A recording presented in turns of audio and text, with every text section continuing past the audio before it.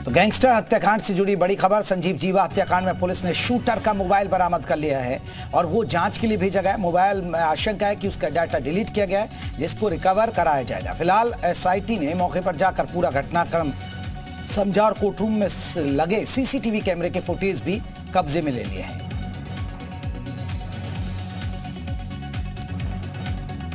संजीव जीवा हत्याकांड मामले में अब एसआईटी की जांच तेज हो चुकी है। एसआईटी ने पूरे घटनास्थल का निरीक्षण किया, इसके साथ साथ तमाम एविडेंस जो है वो बटोरे हैं। चूंकि इस पूरी घटना में तमाम जो पहलू हैं उन पर एसआईटी जांच कर रही है। एक हफ्ते के अंदर जो है पूरी रिपोर्ट सौंपनी है। सामने आप जो देख सकते हैं कि वही कोर्ट परिसर का एरिया है जहाँ पर इस पूरी घटना को अंजाम दिया गया था और सीधे तौर पर कहा जा सकता है कि अब एसआईटी तमाम पहलुओं पर जो है जाँच कर रही है। कल रात में एसआईटी ने यहाँ पर आकर जो है सीन रिक्रिएशन भी किया है और ऐसे में सामने की तरफ का जो आप रूम देख सकते हैं वही कोर्ट रूम है, जहां पर जो है आप देख सकते हैं कि बाकायदा जो उसको पूरा सील कर दिया गया था। और कल एसआईटी की टीम यहां पर कल पहुंची थी और उसने यहां पर आकर तमाम एविडेंस जो है वो बटोरे थे। इसके साथ ही साथ जो आरोपी है उसका फ़ोन भी जो है कल यहीं से बरामद किया गया था। तो ऐसे में ये कहा जा सकता है कि फिलहाल अब इस पूरे मामले में एक एक करके जो है एसआईटी तमाम एविडेंस इकट्ठा कर रही है और इसी कड़ी में जो सामने का जो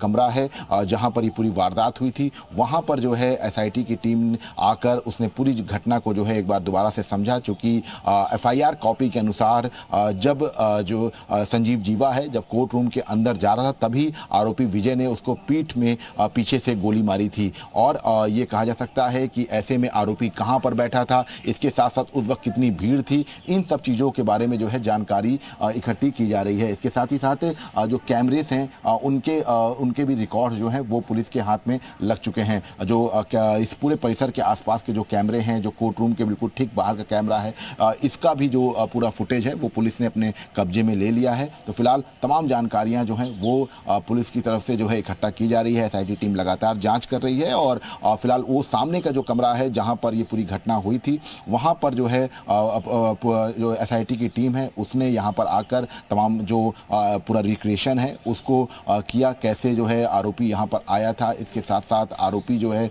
यहाँ पर कैसे पहुँचा, उसके साथ ही साथ उसके साथ कौन था और उसने संजीव जीवा को कितने बजे गोली मारी, ये सब तमाम जो जानकारियाँ हैं वो फिलहाल जो है इकट्ठा की हैं एसआईटी ने। और फिलहाल जो सीसीटीवी कैमरे हैं यहाँ की फुटेज जो है उसको भी इकट्ठा किया है। कैमरामैन रामबाला के साथ विशाल लोगवंशी, जी मीडिया, लखनऊ। तो बहुत सारे कनेक्शन सामने निकल कर आ रहे हैं और सबसे बड़ी बात है अशरफ का नाम आ रहा है जो नेपाल से। आपको बता दें कि नेपाल से इस बार के बाद पुष्टि की और ये खुद आपको बता दें हत्यारे ने बात कबूल की है। चलिए इस पर बात करेंगे, हमारे साथ हमारे सहयोगी भी रहेंगे और साथ ही साथ जैन साहब रहेंगे। जैन साहब आपका बहुत बहुत स्वागत है।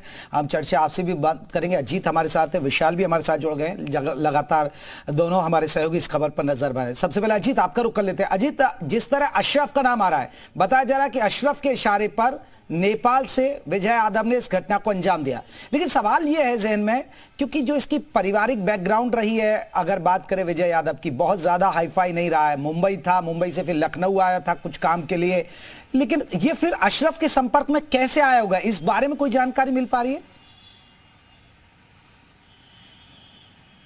देखिए, बिल्कुल आजमगढ़ जेल में भी ये रहा और वहीं से इसका पूरा एक कनेक्शन सामने आया। आजमगढ़ के जेल में बंद 3 ऐसे अपराधी थे, आरोपी थे जो अशरफ और अतीक के संपर्क में थे और अशरफ से वहीं से संपर्क में आया। और अशरफ का भाई आतिफ जो लखनऊ जेल में बंद था, जिससे जीवा से काफ़ी विवाद हुआ था, जीवा ने उसकी दाढ़ी भी नोच ली थी और कई बार कहा था कि तुम्हें मार दूंगा। तो ये पूरा जो कनेक्शन है, चूँकि विजय यादव बहुत ही नॉर्मल परिवार का है, मध्यम वर्गीय परिवार का है, उसको अल्फा अमेरिकन 357 की जो मैग्नम की जो रिवॉल्वर मिली वो दी गई, बाकायदा उसको ट्रेनिंग दी गई। 1 महीने तक मुंबई में रहा, 3 बार लखनऊ में रेकी की गई। जब कोर्ट पहुंचा तब भी उसके साथ कई लोग थे जो उसे वहां छोड़ कर आए। एक बाइक की बात हो रही कि बाइक थी, मोबाइल बरामद हो चुका। तो देखिए 20 लाख रुपए की सुपारी नेपाल से इस पूरी हत्याकांड को रचा गया। लेकिन सबसे बड़ी बात जेपी की, ये बहुत बड़ा नेक्सस है। अगर जीवा की बात करें तो 1997 में आनंद नंद किशोर रुंगटा अपहरण कांड था जिसमें मुख्तार अंसारी लखनऊ की जेल में बंद था और 1998 में जीवा भी लखनऊ जेल में बंद था।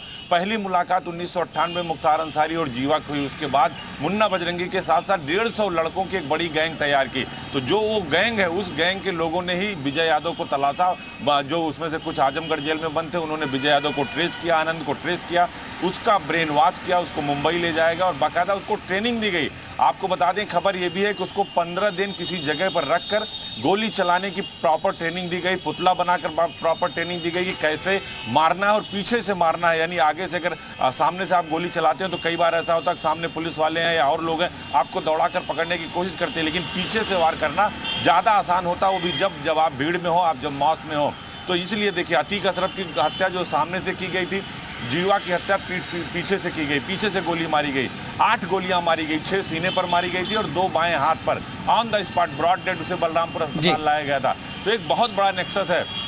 बागपत जेल का भी नाम आ रहा है, सुनील राठी का भी नाम आ रहा है, सुंदर भाटी का भी नाम आ रहा है। कई सारे एंगल पर एसआईटी जांच कर रही है, लेकिन जो सबसे बड़ा एंगल एसआईटी के पास है, उन्होंने कल उस जगह का मुआयना भी किया है, नजरी नक्शा भी बनाया है, वो है नेपाल और 20 लाख की सुपारी। सबसे बड़ा खुलासा जी उत्तर प्रदेश उत्तराखंड कर रहा है कि क्यों इसकी हत्या हुई, इसकी हत्या के पीछे मोटिव क्या था, पूरी प्रॉपर प्लानिंग की गई। जेपी बिल्कुल, हम लौटेंगे। हमारे साथ अब विशाल भी जुड़े हैं। विशाल, पुलिस की जांच है वो किस बिंदु पर चल रही है अब, क्योंकि बहुत सारे खुलासे हो रहे हैं? देखिए, आप बिल्कुल एक चीज़ बिल्कुल साफ है कि ये कहा जा रहा है कि ये जो पूरा साजिश का जो ताना बाना था, ये जो है नेपाल में बुना गया था। अशरफ का नाम सामने आ रहा है और नेपाल का बड़ा माफिया है अशरफ, और अशरफ का भाई आतिफ जो है वो लखनऊ जेल में बंद है और लगातार संजीव जीवा उसको परेशान कर रहा था। और इसी बात को लेकर 20 लाख रुपए में ये सुपारी जो है ये तय की गई थी। और लगातार पुलिस की पूछताछ में कल जो है आरोपी ने इस बात को बताया है। तमाम सवाल थे, जब पुलिस ने उससे पूछा कि उसको जो है कितने पैसे मिलने थे, तो उसने बताया कि 20 लाख रुपए मुझे देने की बात कही गई थी।